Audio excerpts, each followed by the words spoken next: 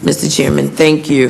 And it really harkens back to a question that was raised by yourself and our chairwoman, and it has to do with the subcontracting.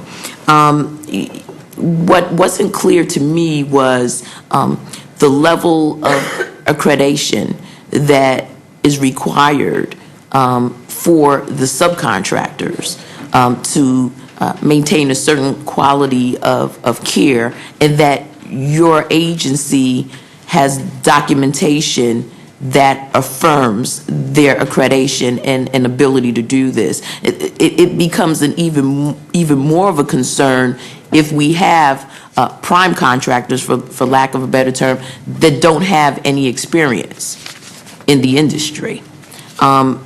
What kind of liability are we taking on here if a beneficiary, as a result of us not having this information, is harmed in some way? Have you taken that into consideration, and what are you prepared to do to address this? Well, let me quickly address the premise. First of all, accreditation is new. Every single supplier that was a contract supplier is accredited and meets all of our other standards at Medicare. The question the chairwoman raised had to do with subcontractors and whether they are accredited. There's not a national accreditation requirement until September 30th, 2009, because that's new. So they may not be now, they may be later. I think what we have to look at is whether we make that a permanent requirement.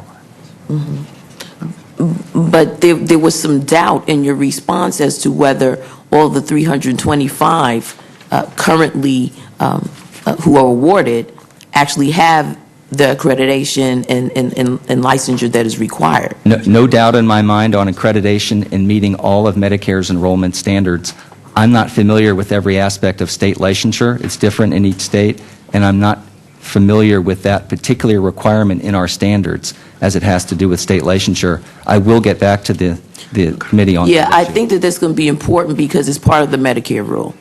That's going to be, that's critical. And again, I'm concerned about liability. You're saying that, the prime contractors, for lack of a better term, are the individuals that you are holding this standard to. But if you have a new company that has met this, has never done this work before, and they go to a subcontractor that you may have found to be unworthy now, and they're subcontracting with them, isn't that a diminishing of the quality of care for whomever they're going to be delivering these services to? I think we'd be worried about a situation like that. Yeah, and we'll hold the contractor accountable for the quality of the care. You're going to be holding the contractor accountable. That's all well and good. But on the end of that is the beneficiary. And you won't know until something happens to that beneficiary because we didn't take the time to do the due diligence around the subcontractors. And I think that is really, really important because, again, you've changed the whole paradigm here. And I think everyone in the food chain, for lack of a better term, needs to have the same level of scrutiny applied.